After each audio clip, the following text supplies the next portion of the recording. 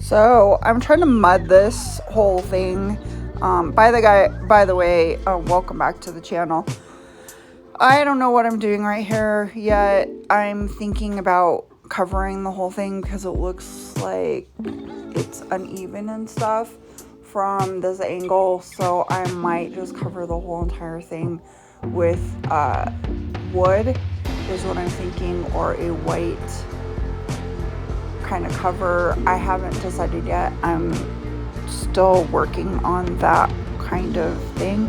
It's gonna be a while though before it's all the way done, and I haven't even sanded it yet or finished it on the other side or anything. I just kind of started it because there's something to do at this point in time, transitioning between projects and figuring out what I'm going to do next with this whole project of my life and all this other stuff. So then I decided to take a couple weeks off, so I don't know what I'm doing yet.